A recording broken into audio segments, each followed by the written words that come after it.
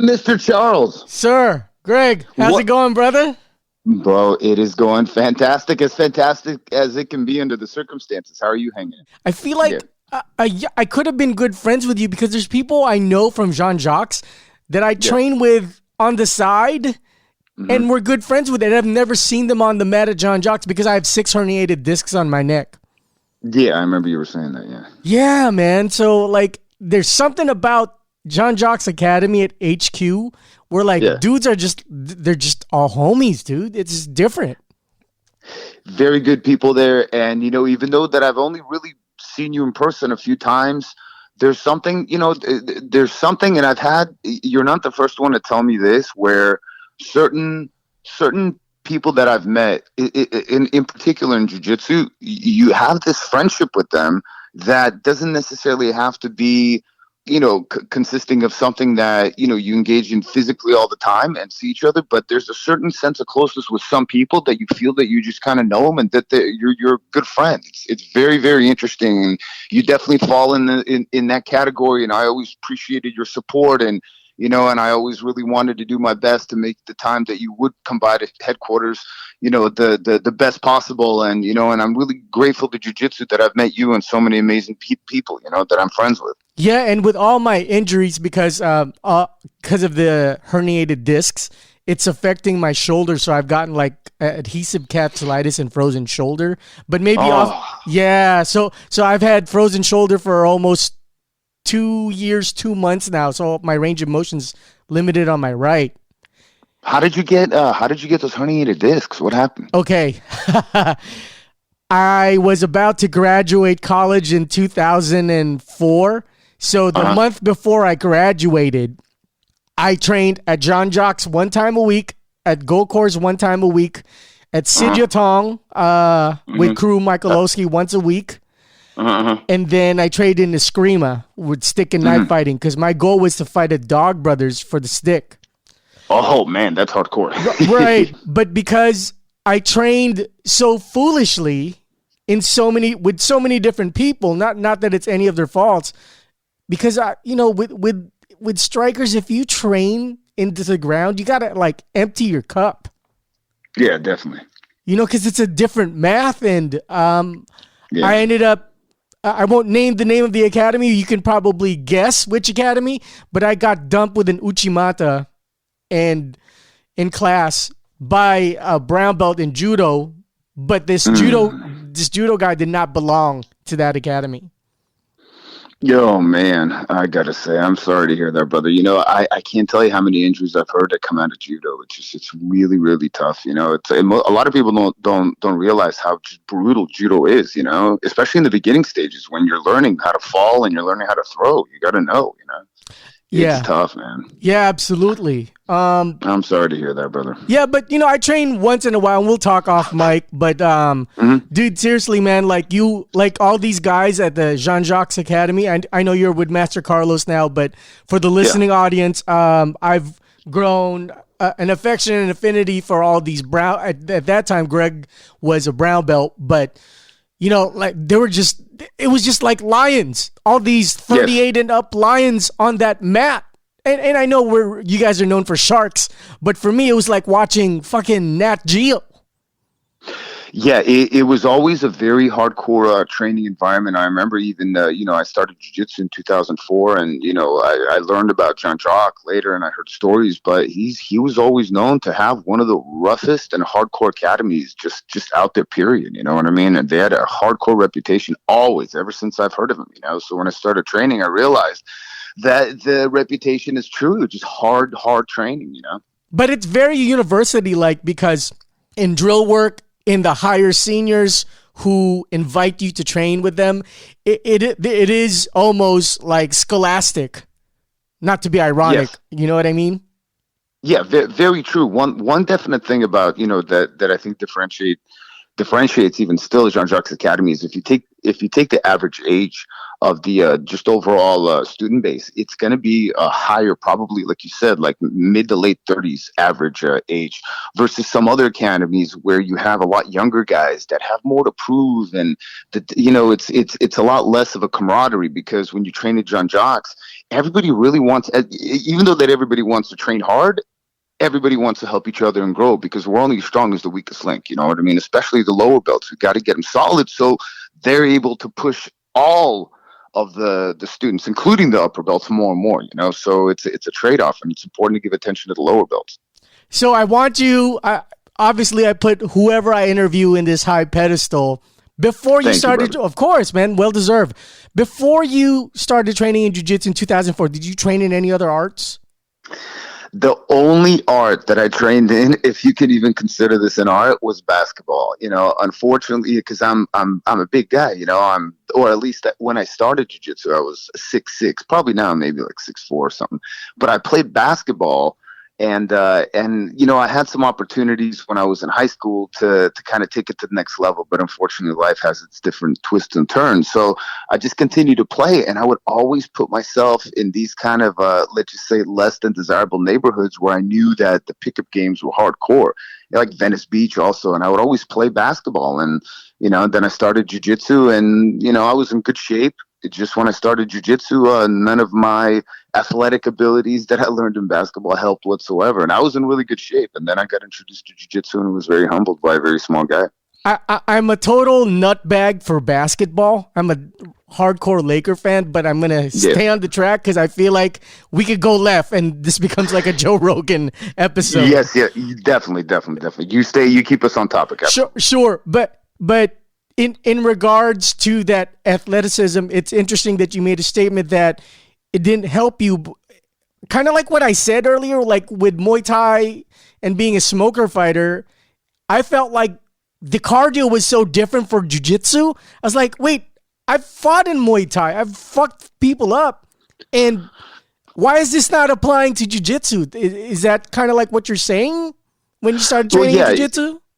Yeah, absolutely. And I got to tell you, I mean, I play hardcore basketball for hours and hours. I mean, like for 2, 3, 4 hours. And sometimes, you keep winning the pickup games and you stay on the court. And I had endless cardio. And then back in 2004 on, I think it was, January 14th, 2004, because I remember this date, I stepped onto the mats of this very small jiu-jitsu academy in North Hollywood, off of Cahuenga, and it was just like, the door opens, you walk in, and there's a little row of the laminate flooring, and the instructor was on his back, and he goes, "Oh, hey, what's going on, man? Good to see you." And I was thinking, okay, what? He goes, "Oh, just take your shoes off in here. Let's roll around." And I said, what does that mean? He goes, "Oh, just come on down and we'll wrestle." I'm all, "Well, what do I do?" And he goes, "Well, just try to choke me." Now, I've seen, obviously, Hoist just killing everybody in UFC in 1993, and this is 11 years later, but I have no idea how to choke. But I'm thinking, man, this is a small guy, and I'm like, I was 6'6", like 255, maybe 260, in good shape, I took my shoes off. He was on his back. He was about maybe like 170 pounds, like a wrestler type. I put one knee down. I put a second knee down. He stuck his hand out. I didn't know what to do, but apparently, you do that slap and bump thing that we all do. And sure. He pulled me into a butterfly guard. I started floating, Charles. It took me literally. He had me floating. I had no control. He reversed me, got on top, choked me. It was like about 30 seconds. Then I thought I was ready. Okay, I said, okay, now I'm ready. Now I get it. He tapped me another probably 5, 6 times and maybe another 30, 40 seconds. And I got to tell you, I was just dead. I could not breathe. And that's when I realized I have to learn how to speak this language, because this very small, capable human being just destroyed me, and my physical size and strength had absolutely no effect. So to paint a picture for the listening audience, let's say you're in the median. You're 6'5", between 6'4" and 6'6", right? Let's say you're 6'5". Mm-hmm. How tall was this instructor? 5. He kept saying he's 5'9", even though that he was probably closer to 5'7", 5'8". And it's irrelevant, because and he was a very good wrestler. He wrestled in college. I think he was a black belt in judo, and he was a black belt in jiu-jitsu, even though at that time I was told that, oh, you can't ask, who promoted, your professor to black belt, because that's kind of like a taboo. So, and I just believed him because he was just destroying myself and all the other students. But most everybody in that academy was white and maybe just a few blue belts with one purple belt who was the assistant instructor. And is it political to say his name or the academy, or should we? Oh, no, not at all. He taught me so much. It was D'Artagnan Bagby. He was in North Hollywood. I think now he's under Ribeiro Jiu-Jitsu. He at that time I didn't really know who he was under. I mean, kind of later I found out that he trained with Vander Braga downtown, I think. But then I think Vander is a Hickson black belt. But then Vander kind of, I think, had some issues with visa, and I became friends with Vander. He's very nice, good family. And D'Artagnan just had really hardcore training. I don't ever remember signing a waiver.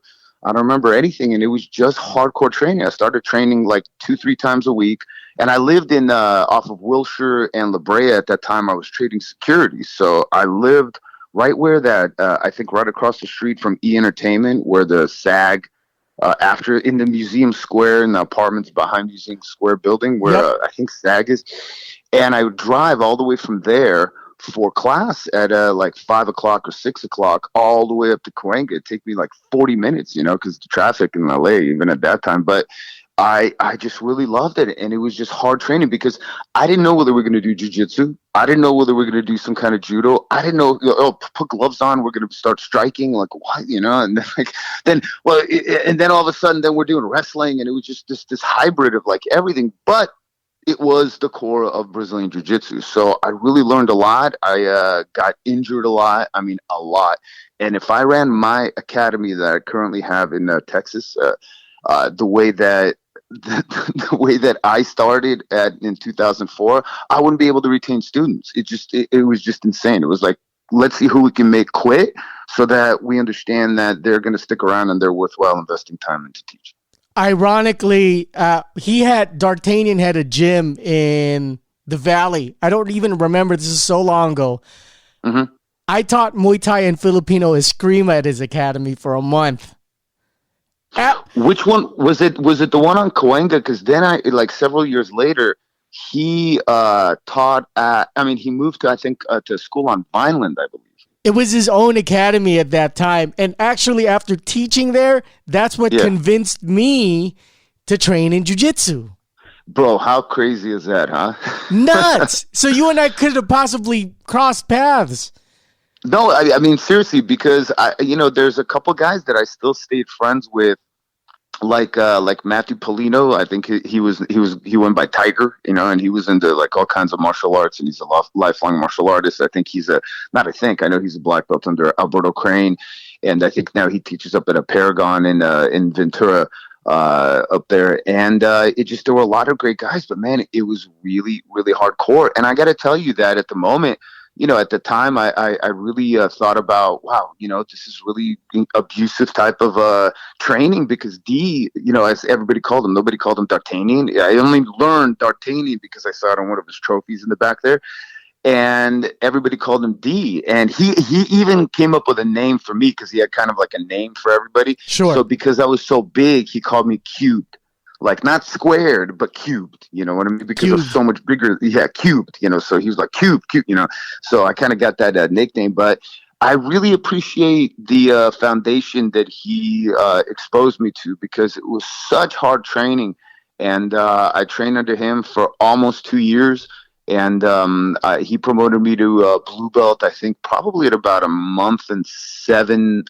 year and 7 months after I started with him. But man, I was training like 4 or 5 times a week with him, and it was hard training. I was even taking privates with him too. So, yep. And I herniated my disc. The first really bad part was in December of 2004. So it's a strong possibility that you and I may have like interchanged between classes, because I taught both the knife and the Muay Thai. I taught the knife and the Eskrima. I gave him a couple of free lessons. Uh-huh. on the weekends, and then Muay Thai was like twice a week. But my schedule, I was still going to school. I was working 2 jobs. I just couldn't handle it. But it was the place. Wasn't that the place off of? It had to have been the place off of Cahuenga. Cahuenga where he lived in the back. Right, exactly. And he drove the yellow Hummer and the red Mini. I never saw him drive anything. I just went to the academy. I got you. Yeah, but yeah, I mean, for the listening audience, they don't realize, like, even up to the mid 2000s, there were people that were, because I consider D'Artagnan the guy that embraced jiu-jitsu, that came from a striking or a street mind. Yes. You know, and I think for people in our generation, it was really a street mind. Yeah, totally. Yeah, no, jiu-jitsu had to be applicable on the street. There was at that time, there was no real emphasis on sport jiu-jitsu. The jiu-jitsu was all rooted in like what Royce, showed jiu-jitsu to be, Gracie jiu-jitsu in UFC in 1993, which most of us that were training at that time or started were influenced. The only reason why I never started jiu-jitsu, I never knew that it was even available to learn, because all you saw was either karate, kung fu, or, Chuck Norris studios. And I just kind of wasn't into that. And had I known that you can go to learn Brazilian jiu-jitsu or Gracie jiu-jitsu, I would have done that in the 90s. Yeah, and people, because we didn't have the benefit of social media, bet those Hickson backyard groups wouldn't be a backyard group. That would be like a large academy. Oh, yeah, absolutely, absolutely. I mean, are you kidding me? I mean, I remember D would also go down to the Gracie Academy in Torrance too. So, which he didn't tell anybody too. You know what I mean? So he was still like under Gracie Jiu-Jitsu, because he's training with Vonder, who's Hicks and Gracie. He's training at the Gracie Academy with Henner Huron and Hoyce and Horian and all that. So it was awesome. But I found all this a little bit later on. So it's okay though. I'm incredibly grateful to D. I really have massive respect for him, because he really taught me a lot. I mean, a lot. And I'm very grateful to him. I think a lot of people don't realize a school like what D'Artagnan does, it's almost like your first trimester, because it's like it shows you the palette, and then you can decide after training with him or keep training with him to go, you know what? I'm going to focus on this style of jiu-jitsu. So yeah, he deserves its own place in at least in the locale Southern California jiu-jitsu scene, Oh, for sure. Oh, and Charles, we have one more thing in common. I started training in January of 2014, and sometime around mid 2014, D had me rolling with no hands. So he said, "Put your hands behind your back," and I was rolling. Oddly enough, because I was really excited about jiu-jitsu, so I had my little brother, who at that time I think he was like 12 or something like that, but he's like a big 12-year-old, and I rolled forward over my shoulder, but I didn't properly know how to do a shoulder roll, and my little brother dumped all his weight on me, and I heard this pop, and I didn't really think much of it, but I'm like, my neck, brother. 2-3 days later, I started, I'm sitting at my, in my office trading securities. And I noticed that, because I got like 8 monitors in front of me, and I was like trading all hardcore and all that. And I noticed that I have numbness in the very tip of my index finger on my left hand and my thumb. And brother, I'm telling you, in about a week, I couldn't use my left arm. I had to stop training for about 2-3 months. I lost all muscle. I couldn't even drive. I had to hold my left hand. I thought about, like, how Bob Dole used to carry that pen in his arm. Right. I thought about doing that, because I could not even drive with it. I had to lay down.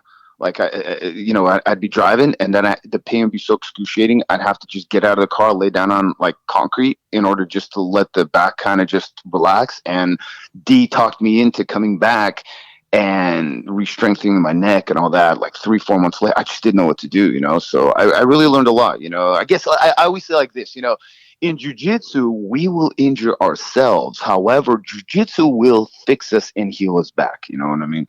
Yeah, Professor Jay Zabalos mentioned, like, hey man, I think it's best that you actually start training even though you have the herniations. But that's another sidebar comment, but that's just a statement I made to complement your point. Thank you very much. I And love G. yeah, and so after D'Artagnan, how did you lead to training with? I assume this is the Torrance Academy with Hoist. Well, no. What happened was is that I was promoted to blue belt, and then it was, I believe, I started training in 2004. So it was about towards the end of 2005, and I noticed that I was having these. I was at home, and I had moved from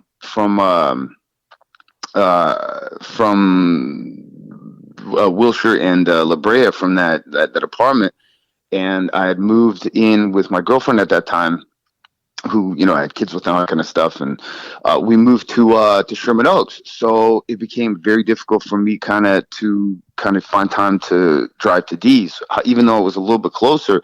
But the problem was is that I woke up one day and I had a horrible stomach pain. I didn't know what it was.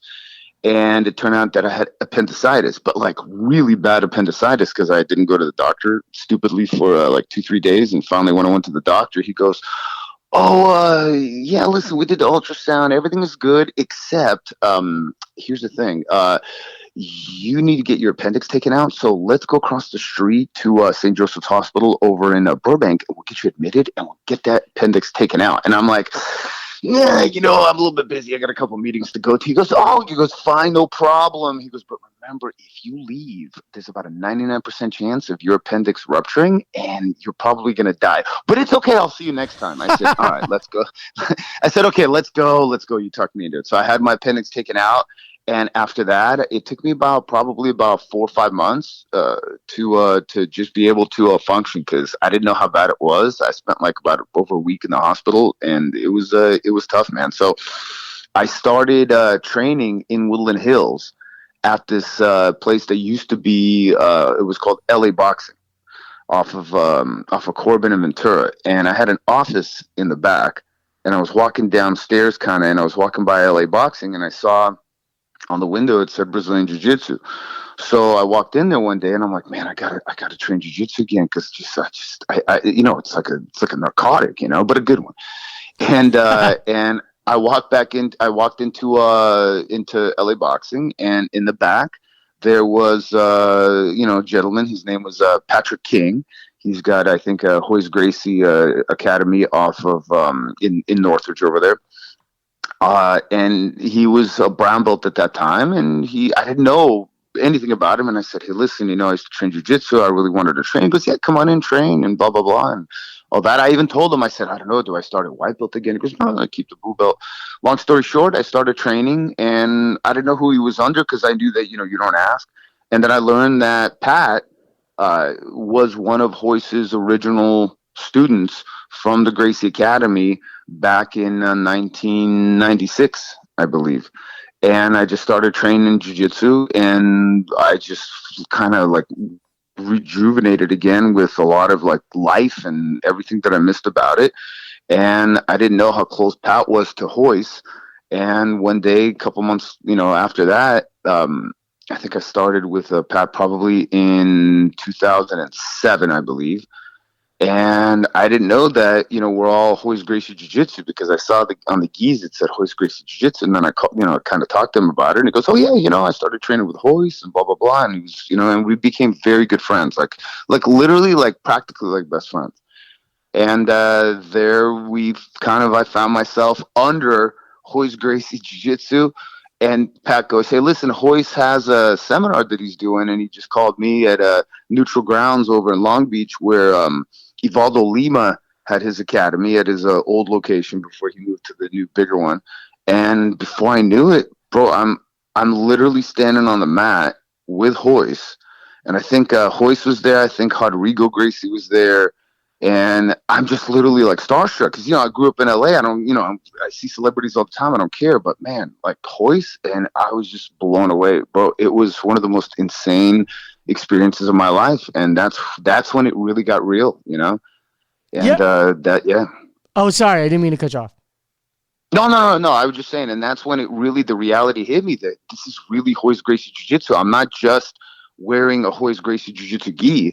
I literally am standing next to Hoist, and and Hoist also at that time had this small little spot that he shared with a gentleman by the name of, I think his name was Nono, in Hermosa Beach, and it was right by the beach over there. And Pat, we used to go down there and train on Sundays for like 3-4 hours. And we used to go to the beach, hang out and stuff. It was just absolutely amazing. And that's what Hoist trained for, like the Matt Hughes fight and for all these different fights, because Nono was this hardcore.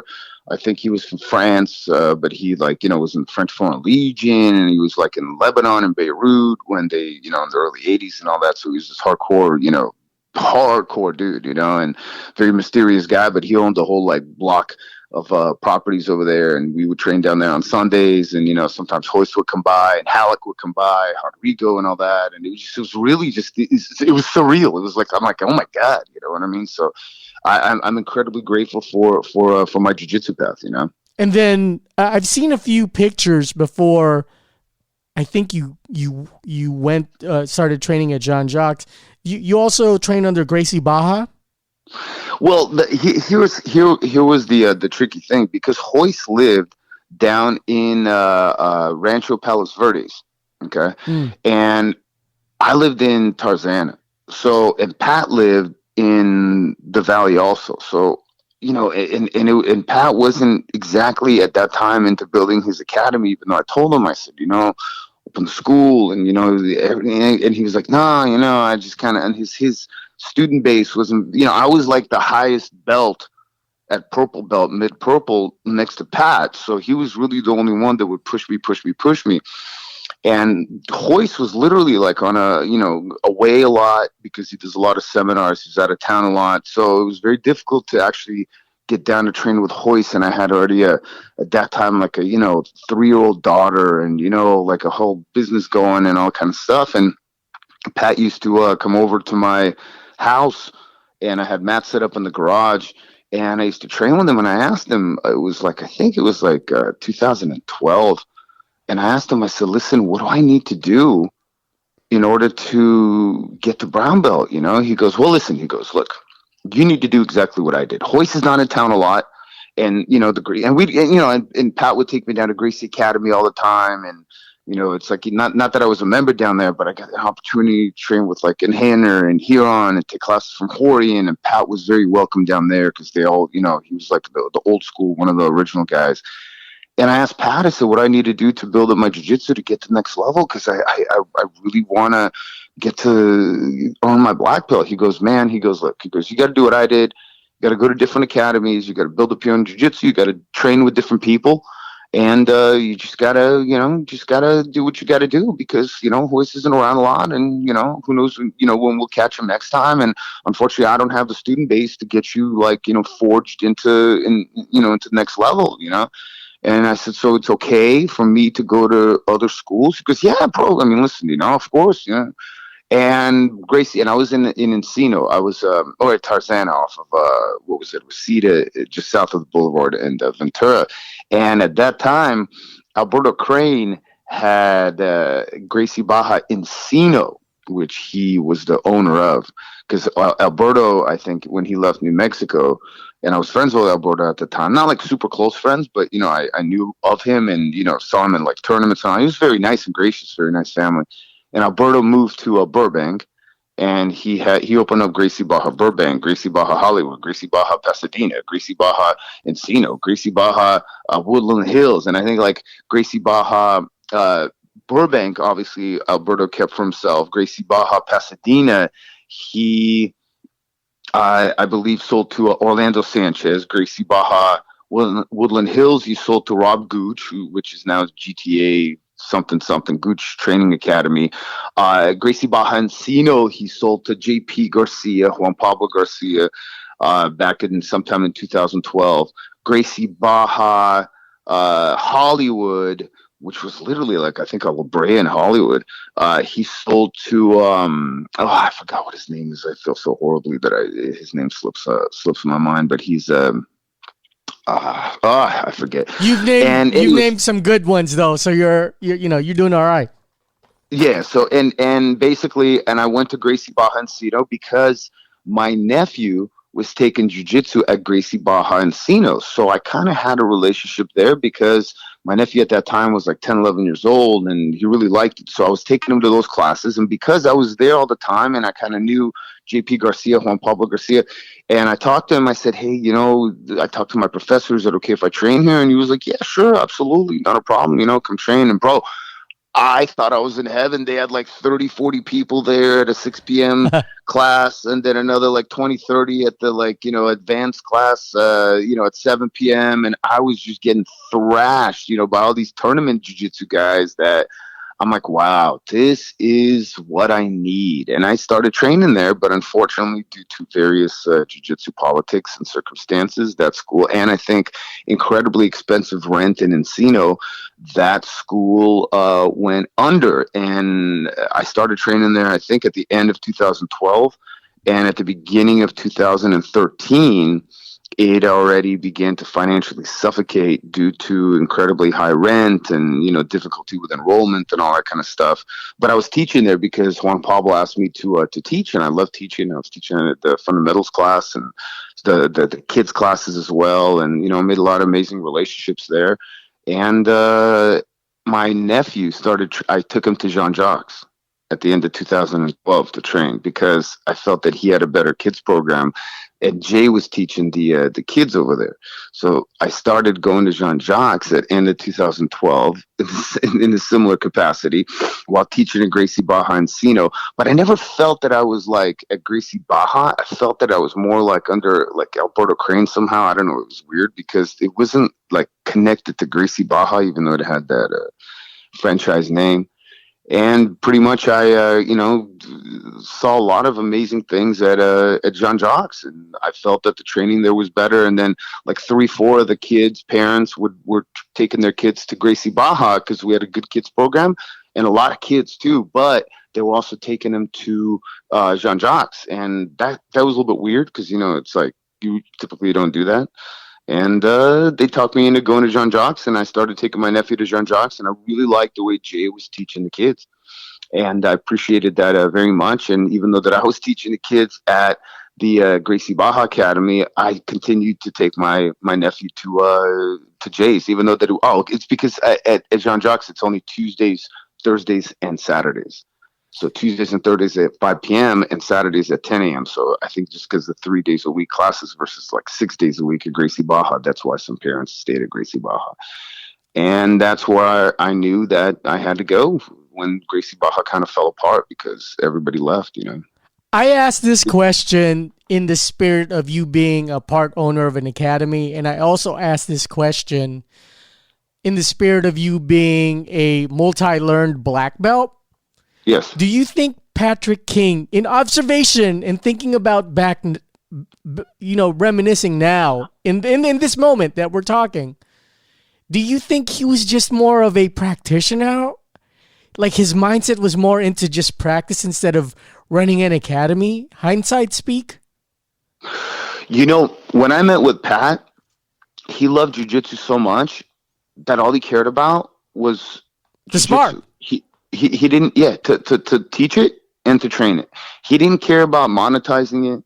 He didn't care about opening up his academy. He had a spot in LA Boxing, and that's where I met Thor Skanke. Also, I don't know if you know Thor, you probably do. And, Thor's never met him, but I know who you're talking about. Yeah, and Thor was teaching boxing over there and striking, and at that time he started his amateur career over there. And I remember we did a lot of training with Thor, and it was just awesome because I had a chance to participate in what became to be a really awesome just adventure for Thor in a professional direction. And I remember we do a lot of went a lot of his fights down in Orange County. I think they were the amateur fights and semi-pro, but Pat never wanted to monetize any of it. And I told him, I said, bro, let's open up an academy. Let's do it. Let's hoist his name, and we can do it. And in fact, to tell you very frankly, I talked Pat into opening up an academy in 2011. But I told him, I said, hey, listen, I said, let's open up an academy down in Rancho Palos Verdes over by Hoist's house, because this way, even though it's farther for us, it's closer for Hoist. There's a bigger chance that he will be, able to stop by there and actually be there, And I know Connery was at that time still like a yellow belt.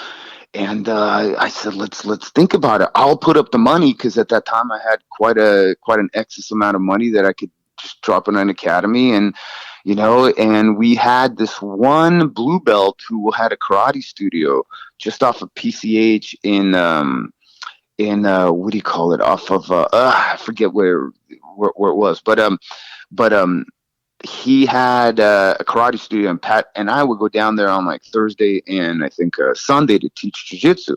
So, and that guy's name was let's just say I won't name his name. Sure. So the nameless blue belt was having problems because his rent was his lease was ending, and I told the nameless blue belt, I said, hey bro, I said, why don't we do this? How many students you got? He goes, I got about 100 students. Ooh. So I'm like, oh, okay, why don't we do this? How about you, Pat, and I open up a Hoist Gracie Jiu-Jitsu Academy? There's literally a 5,000 square foot facility down and around the corner, right literally off of PCH. Hoist lives literally 10 minutes up the hill. I'm like, I'll put up the money. You bring, my contribution will be, I'll put up the money. Your contribution will be, because you live nearby, you transfer all your students. We'll open up an academy. We'll have, we'll talk to Hoist, because obviously we have to, get permission to use the Hoist Gracie Jiu-Jitsu Network name, because, you can't use Gracie Academy or Hoist Gracie Academy, Gracie Jiu-Jitsu for, obvious reasons. Sure.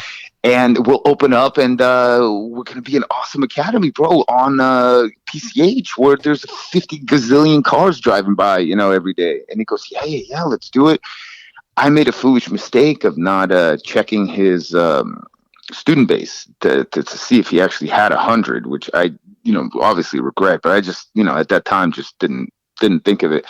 So long story short, I put up the money. We got a space. We got an academy, and opened up Hoist Gracie Jiu-Jitsu Network in. There was a city. It begins with A. I forget what it's called, off of PCH over there, and it, it was awesome. But the only problem is that we started that whole process in 2011, and at the beginning of 2011, my mom got really ill with cancer, and I had to admit her into Kaiser in Woodland Hills.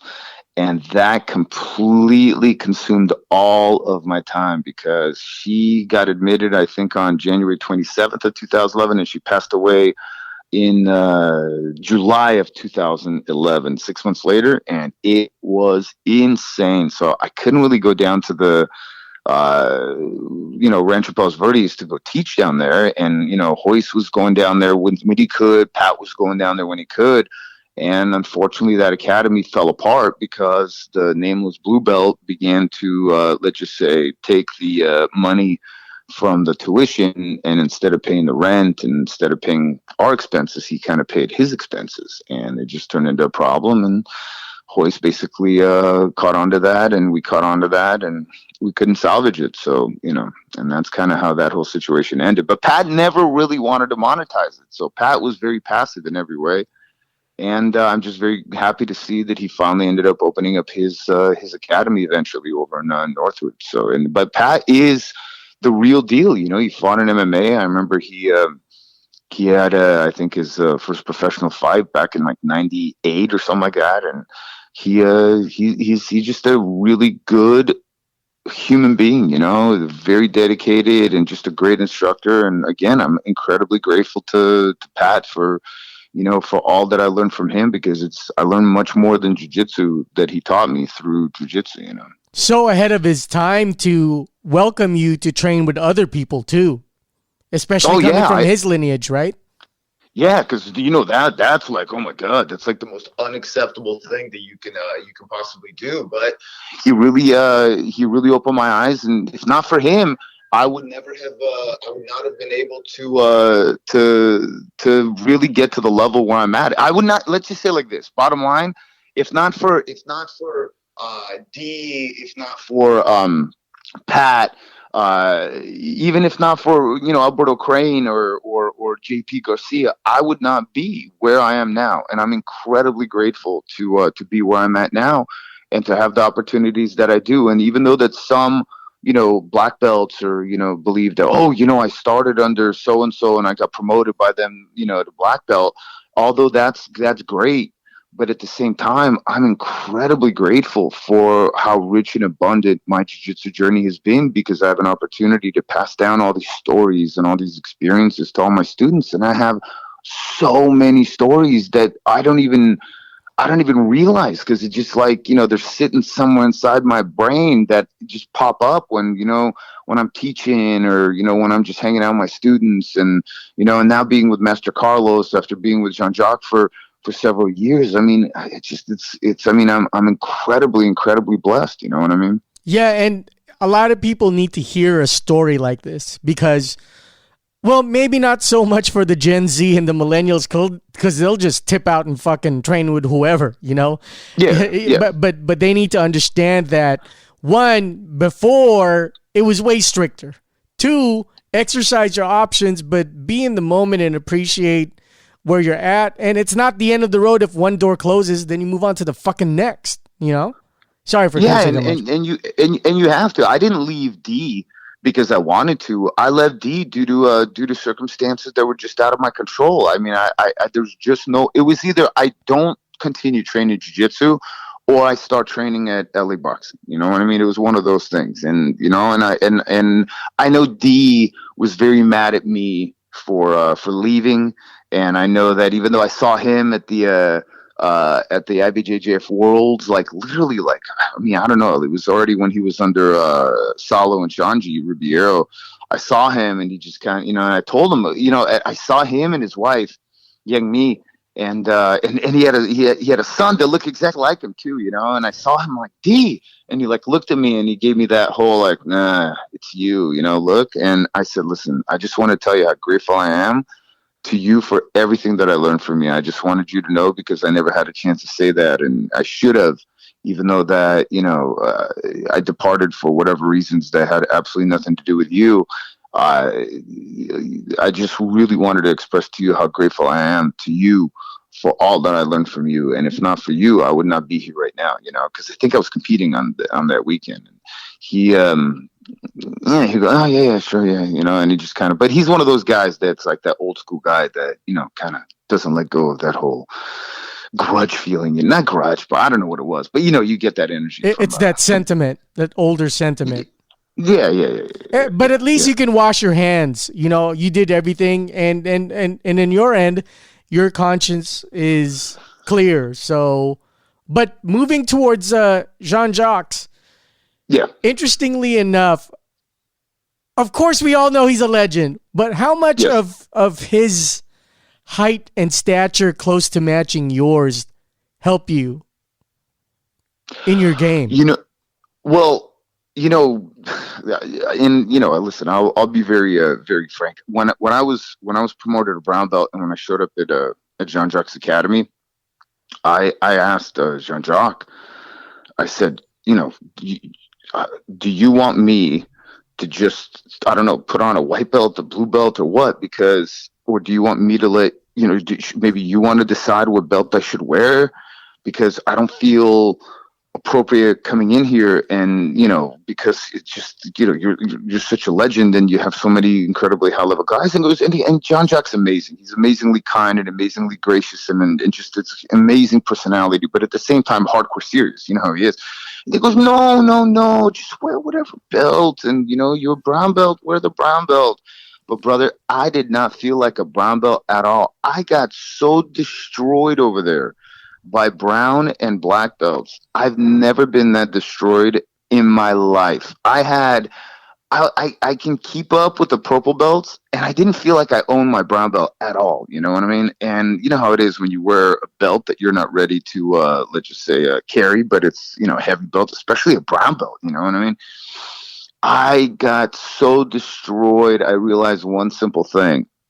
I need to build myself into a brown belt, because I don't feel like I'm a brown belt and I'm wearing a brown belt. So I did everything within my power in order to build myself, thanks to all my brothers over there who were just, as I learned later on, I learned several years later on, that obviously it's weird that a brown belt comes in to an academy that did not move from somewhere far. You know what I mean? Sure. And it's a bit odd that, oh, well, this guy's, lives locally for, well, what's up? What happened? Is he a creonch or whatever they call it? And I explained to Jean-Jacques about that situation exactly as I broke it down for, during our interview right here about what happened. And, and he goes, no, absolutely, I understand. And I had and when I came there to train, I knew that Gracie Baja's falling apart. Eventually it's going to close. And I think it turned into systems, gym of some kind. They taught Krav Maga over there, some jiu-jitsu. But I told my students that I'm going to Jean-Jacques. And when I got so destroyed at Jean-Jacques that for me it was just glorious. I knew I found my home. The teachings and just my ability to have access to such an incredible legend that I've heard so much about, that I've like idolized and just like worshipped him for all of his accomplishments, and the Machado brothers just overall. It's like I just found myself in the presence of a true jiu-jitsu god and a living legend. And for me, these are the celebrities that I am just like literally mesmerized by. So it took me a while to kind of get used to the fact that I'm learning jiu-jitsu literally, as I started saying it, I'm learning jiu-jitsu from the source, right from Jean-Jacques. You know what I mean? Literally, I'm learning jiu-jitsu from the source, and I'm getting destroyed, and I couldn't be more happy. But years later, just kind of fast forward, and we'll come back to, when I started there, I learned that there's this little policy kind of when new brown belts come in kind of out of nowhere, that the upper belts understand that they have to really pound the hell out of the new brown belt, because they need to be certain that this is a serious brown belt that's not just like coming in there to kind of ride on the coattails, kind of quickly swoop up a black belt and then just bail out, as there have been some in the past that did that. So I got absolutely demolished and thrashed Charles in ways that I just loved. Every second of, and it took me probably about a year and a half before Jean-Jacques even acknowledged me as a brown belt. Wow. After I started. Yeah. Yeah, well, I guess that's the underpinning of him accepting you, right? It's like, no, I'm not political in that sense of accepting someone from another school, but you better know where you're at now. This is the ocean. Yeah, definitely. I learned where I'm at, and I knew that I'm literally at like the Harvard of Jiu-Jitsu.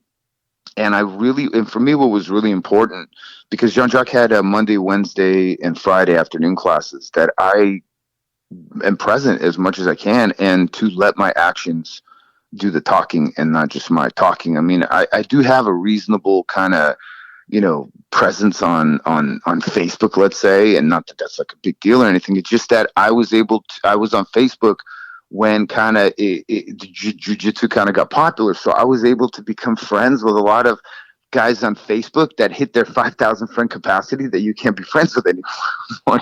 Right. So I have a really awesome base of friends on Facebook that are, very core jiu-jitsu community. So for me, I'm very proud of jiu-jitsu, and I'm very proud of, learning from Jean-Jacques, and very proud of my training. And I was very vocal about how proud I am, and, would check in and post and all that. But I really wanted to make sure that Jean-Jacques and Jay and Marcel, Mark Armstrong, and all these black belts, that I had such a, Todd White, and, and Eddie Bravo would come by sometimes, and and all these guys that I just was like, wow, I can't believe that. First of all, you show up at a 12 o'clock class, and you got 10 black belts. Felicia O came back to train with Jean-Jacques. I think she moved back from the East Coast like a couple months after I started over there. And I remember when I first started at D's, D would tell a story about this legend, Felicia O and ADCC. And I'm like, oh my God. And he would say hey, how much bigger you are than her? She would kill you. And I'm like, wow, and now here I am, and now I'm like good friends with Felicia, and it's really, bro. I was truly in heaven, you know what I mean? And the training was just on a whole other level of elite that I never really experienced before, with all due respect to my previous jiu-jitsu instructors. And for good reason. Jean-Jacques is just truly an amazing human being and has built an amazing academy. And I just, pray that that this whole virus situation doesn't, do too much damage to the jiu-jitsu community, because it's taking a hard hit. For you who's listening, who's new to the game and barely exploring this podcast, Felicia O is one of the baddest bitches in jiu-jitsu. That's the OG of the female Dirty Dozen. A lot of people don't know that because, the exposure is a little bit past its prime in a sense, because they were all building their legends in like the early 2000s. Yeah, yeah. And, this is an important meat to this episode dish. So how come the move to Texas? Because I suspect I suspect I know the answer, but societally, why the move? I'll tell you like this. I had my first child. Well, I didn't give birth to her, obviously, but I mean, right. My daughter was born in 2010. It was the most amazing experience of my life. It completely transformed me as a human being in every possible way, as you can imagine. My second daughter was born in 2014. And there's something incredibly precious and amazing about being the father of daughters. I always, before I had children, the most important thing, I just wanted to have healthy children like anybody wants to have. And you can't decide, obviously, the sex, of your children. But being in jiu-jitsu, I saw what an amazing difference there was between parents that had boys, parents that had girls, parents that had boys and girls. And there was something so precious about fathers and daughters relationships that did not really exist between fathers and sons, because it's just a different dynamic. Fathers and daughters and mothers and sons. It's this cross dynamic that really kind of exists, and mama's boy, daddy's girl. And they just transformed me in every way. And jiu-jitsu was always an incredibly important part of my life. And it kept me healthy through difficult times. It kept me sane through times of massive pressure, whether financial, whether with work, whether, just overall, jiu-jitsu has helped me cope with and get through a lot of really hard times in my life, and I'm very grateful for all the downs that I have, because without downs, you don't have ups. And I always wanted to strive to open up a jiu-jitsu academy. And I'll explain to you why. I grew up in Los Angeles in San Fernando Valley. And without any disrespect to anybody that lives in Los Angeles, it's an incredibly vapid and materialistic place to grow up. And when you're growing up in there, you don't realize what a really materialistic place that you grow up in. And plus the fact that I was born in Soviet Union, because I'm Russian. There's also, I was never really part of the Russian community, which is, I think the biggest Russian community next to Russia is in Los Angeles, and I think then New York, and in the San Fernando Valley in West Hollywood, as you see, there's a lot of Russians and Armenians having traded gold cores. It's an incredibly materialistic culture, this Russian and Armenian culture. It's about where you drive. It's about how, your house, what you wear, where you live. Okay, you have a nice house, but now where's your nice house? You have a nice car. Okay, what kind of wheels you got in your nice car? What year's your car? Okay, well, you have a watch. What kind of watch? You have a phone. What kind of phone? And it's this constant, endless race that you're running towards this materialistic finish line that you never cross, because you cross one and then it just moves up and up and up, and you don't even realize you're in this crazy race. And then money becomes this incredibly huge focal point that you don't realize really is not important, because money is a fuel and an oil and lubricant that just moves your life forward. It's not like a real destination. I wanted a better life for my daughters. I saw Los Angeles and the Valley deteriorate over the last like 3, 4 years and just take a really major decline. And I really didn't like what I was seeing.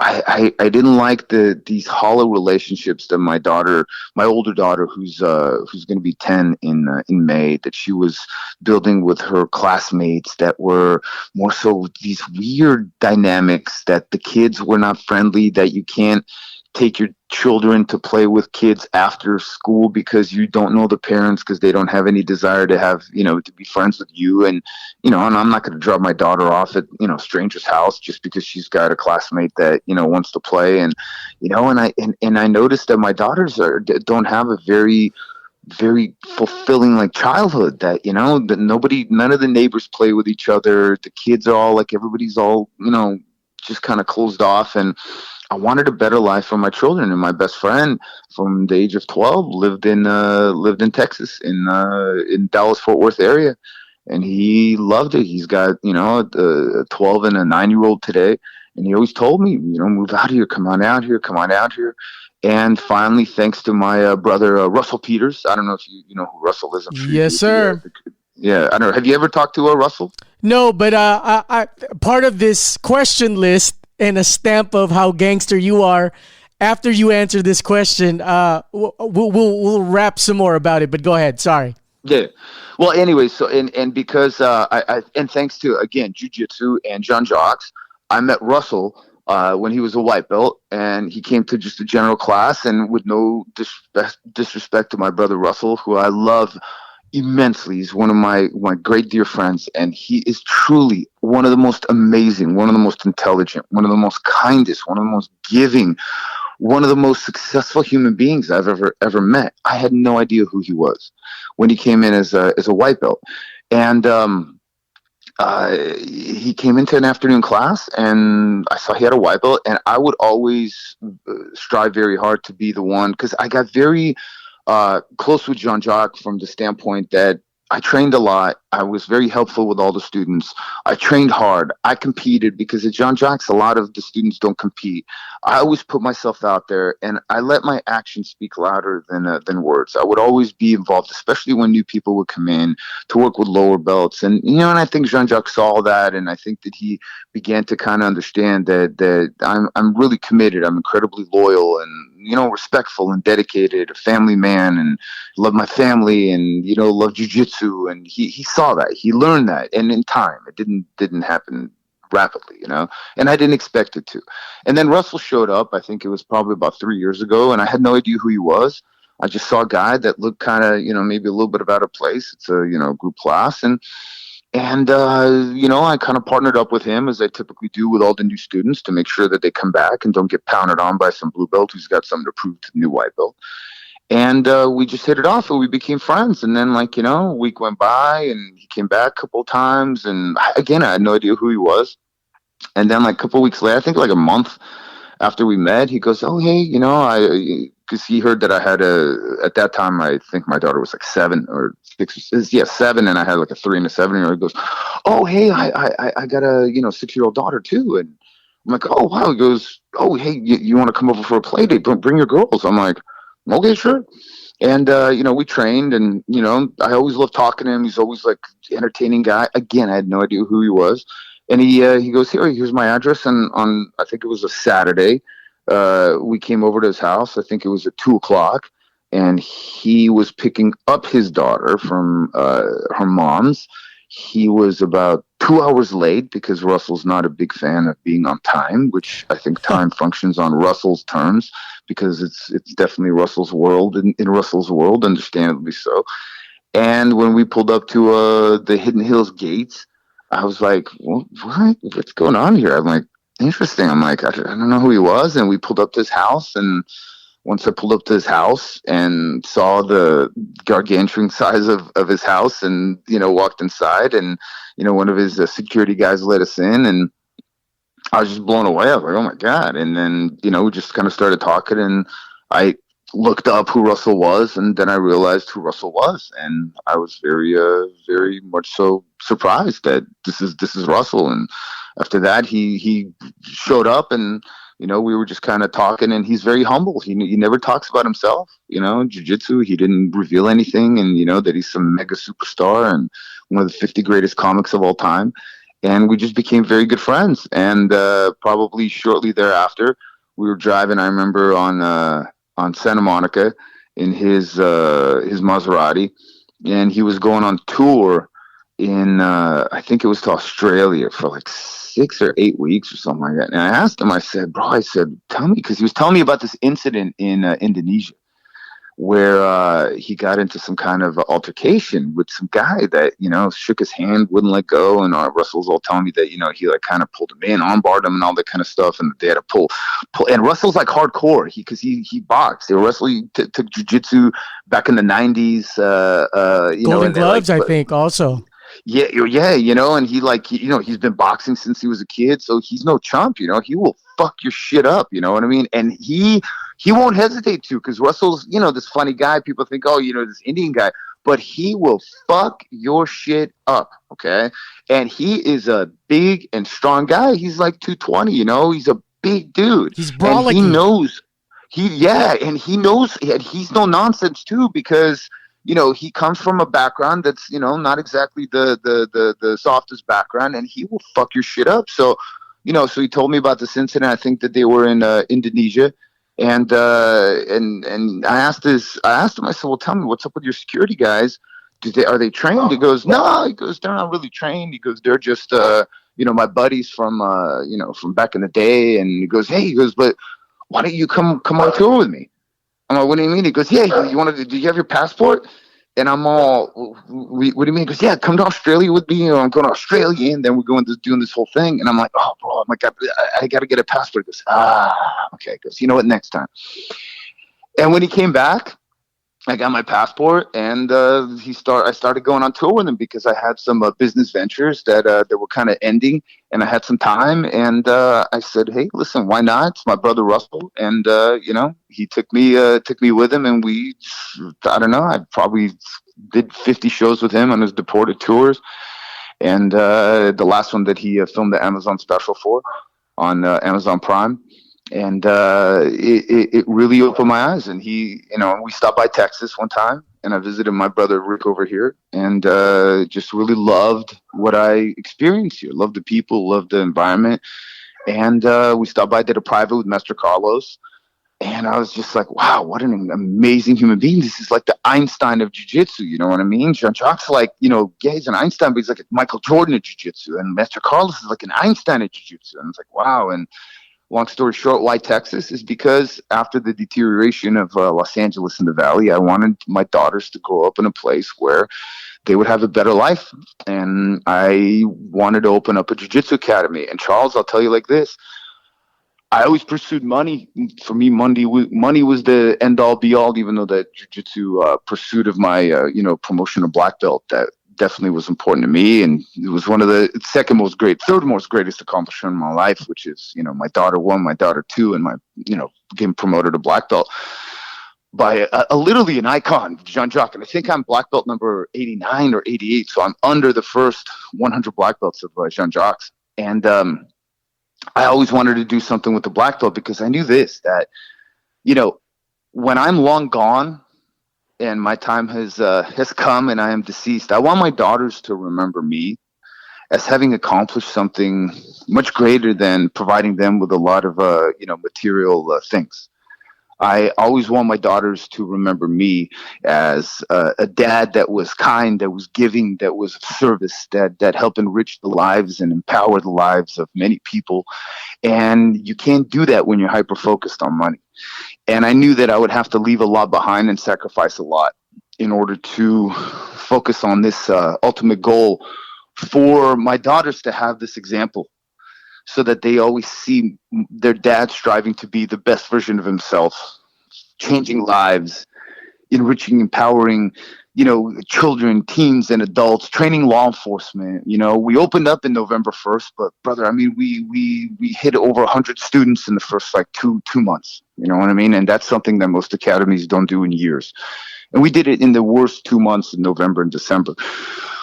I thankfully, with the blessing of Jean-Jacques, and the incredible graciousness of Master Carlos, was able to move to Texas, not like leaving Jean-Jacques and just going to Master Carlos, because that would have never worked. I never would have done that. But between Master Carlos and his wife Lindsay, and Master Carlos's business partner Adam, and Professor Brad, who's the head instructor at headquarters, bro, I have landed in a new home that I just can't even explain to you how much I cherish. I mean, words cannot describe it. You know what I mean? My gratitude is just so immense. I don't have the words to convey how grateful I am. And my daughters love Texas. This is my older daughter said, Papa, Texas feels like home. LA felt like a endless sleepover. Oh, so she's soulfully connected to the region. Well, brother, I mean, I have a thriving, massive kids program, and all the kids, I know all the parents. I have kids classes going from 4 p.m. to 6 p.m. I got 3 kids classes, 4 to 4:30, 4:30, 5:15, 5:15 to 6:15. I got kids coming on and off the mat. My daughters come there just to hang out with their friends. My daughters have never had so many friends that they do as they do now. Thanks to my academy, thanks to jiu-jitsu. It's the most beautiful, blissful thing. I'm sitting on the mat teaching jiu-jitsu class, whether to kids or to adults, and I look off in my beautiful academy. I know you've seen pictures of it. It's amazingly beautiful, wonderful, bright academy. And I look and I see my girls hanging out with their friends, and the kids are playing, while the parents of the kids who were training are now on the mat training, because they are, they can see their kids, and they know their kids are safe, and we have a kids area, and we have a second overflow mat, and the kids are all hanging out, and I don't care about the noise. I don't care about all that. If I need to, I'll tell them to be quiet. And we have a 30-person adult class. Meanwhile, we have like 20 kids sitting on the mat over there playing while they're waiting for their parents, because a lot of kids in Texas are homeschooled. You know what I mean? So it's not like they have to be in bed too early to get to school. So, brother, it has just been an incredible blessing. Some of the most amazing, kindest, most wonderful, supportive people are my students and my friends and my family in jiu-jitsu. Thanks to jiu-jitsu, thanks to Master Carlos. And I wouldn't be here without Master Jean-Jacques. It's because of him, because he talked to Master Carlos talked to him, and it was this like handoff, you know what I mean? I feel like I got voluntarily traded, I guess, from one incredible team to another, and the people at headquarters at Carlos Machado in Farmers Branch have embraced me in an amazing way. And like I said, Master Carlos and Lindsay Machado and Adam Carl, who runs the whole business side like a business mastermind, and Professor Brad Scott, who's jiu-jitsu's elite. I've never been destroyed by one training partner and teacher and mentor as I have by Professor Brad Scott. I mean, this is just amazing. He's like a legend of the Dallas-Fort Worth area. So, brother, you're just in jiu-jitsu heaven. What can I say? And a lot of people don't realize that could have been a really bad, tense moment from Jean-Jacques to Carlos. But because of how you handle yourself, then it's like, oh yeah, baton pass. Here's Carlos. I built up an incredibly wonderful, close, and open relationship with Jean-Jacques. And otherwise, he never would have promoted me to black belt. Jean-Jacques takes promotion of black belt, I think, with the utmost of seriousness. Well, there were brown belts when I started there with Jean-Jacques who are still brown belts now, who were there before I was, and who still have not been promoted to black belt. And, I'm sure that they probably, don't care too much for me because of my work ethic, because of my commitment, dedication, and my getting, finally accomplishing black belt before they even did. But I'll tell you like this, my relationship with Jean-Jacques was amazing. It was closer probably, between, Jay Zabalos and like, Marcel Santos, who's, up at the front, and he's also black belt and was promoted to black belt while I was there, and has been with Jean-Jacques since he was, I think, a teenager. And and a lot of the upper black belts there, they've been there for many 20 years or plus and all that, like Todd White and all these guys. Todd White moved to Austin and has Jean-Jacques Machado Austin. I had an incredibly wonderful relationship with Jean-Jacques. So when I began to consider moving, I asked him, I said, do you think it would be okay if I moved to Texas and opened up Jean-Jacques Machado in the Fort Worth area? And he goes, it's my brother's territory. Wouldn't be that, it wouldn't be good. And, and I'm like, yeah, I understand. And I totally get it. But I said, even though that Master Carlos would be like, basically like 45 minutes away. He goes, yeah, it's still, he goes, it wouldn't be good because imagine if, like RCJ Machado, came over here and moved in over here. It's kind of like I'm here and Higgins here. And I'm like, yeah, I understand. Because then it's not a good idea. And then like 8 months later, I still go back around after, stopping through here with Russell and taking a private with Master Carlos. I approached Jacques. I said, look, what if, for the sake of my daughters, and if I moved, what do you think about maybe if I were to start training with your brother, and maybe I would be able to open up a Carlos Machado Academy. You know how much I love you. You know how committed and dedicated and loyal I am, and I'll always be Jean-Jacques Machado black belt. That will never change. It's one of the proudest moments of my life. He goes, you know what? Let me talk to my brother. And he talked to his brother, and his brother talked to him. And then I came out here for like 3-4 days, and I met with Master Carlos and with his partner Adam, and trained at headquarters a bit. And also, because the guys out in Texas, man, they're big and strong, and they go hard, brother. It is hard training. There's a lot more space in Master Carlos's than at Jean-Jacques. And the training's really hard. There's a lot more starting standing. We got like a lot of guys that are like in their upper 200s, low 300s, black belts, brown belts. It's hard training. And wonderful guys, real deal guys, It's just different people than back in LA. And it just so happened that, upon Jean-Jacques doing a handoff, if not for Jean-Jacques, I never would have been here. And I never would have moved if not for this opportunity to open up this academy. I never would have opened up Greg Hamilton Jiu-Jitsu, because like I tell all my students, I said, I am delivering you Jiu-Jitsu from the source. Nobody gives a shit about Greg Hamilton Jiu-Jitsu. It just doesn't matter. What matters is that I'm passing on to you Jiu-Jitsu that I'm learning from an incredibly a rich lineage. And I want you to understand that whether white, whether blue, purple, brown, black, you're all Carlos Machado Jiu-Jitsu students. You're a Carlos Machado blue belt. You're not a Greg Hamilton blue belt or purple belt. And I always emphasize this to all my students, and they understand this. And I'm just a messenger of Jiu-Jitsu from the source. You know what I'm saying? Just kind of like a pastor is at a church. That's me. And my academy is a place of Jiu-Jitsu, Carlos Machado Jiu-Jitsu worship. And I always tell my students stories about Jean-Jacques, because he's such a huge part of my life, and a man to whom I've learned so much from, bro. I can't even explain to you how much I learned from Jean-Jacques, not only about jiu-jitsu, but a lot more than jiu-jitsu, through jiu-jitsu. He's been an amazing influence on me, and a huge. I think that's a pretty good close for the scope of this chat. Hopefully one of very many definitely. As I get more updates on you. But for you who's listening, someone like Russell Peters, Jean-Jacques Machado, Carlos Machado, these are like deities and gods of whatever genre career they chose. And for someone like Greg to be chosen and handpicked by Russell Peters to be somewhat of this security figure, training partner, in trust with someone of that caliber of entertainer, Jean-Jacques. Look up ADCC and type Jean-Jacques Machado, and you will find this novel history marker of the fight game. And then Carlos Machado, who is essentially like this library, a congress of jiu-jitsu knowledge. Einstein of jiu-jitsu, brother. I mean, it's amazing. You know what I mean? What an incredible accomplishment the whole Machado family has bestowed upon the jiu-jitsu community, and to help spread jiu-jitsu throughout the world. All 5 of them are truly amazing.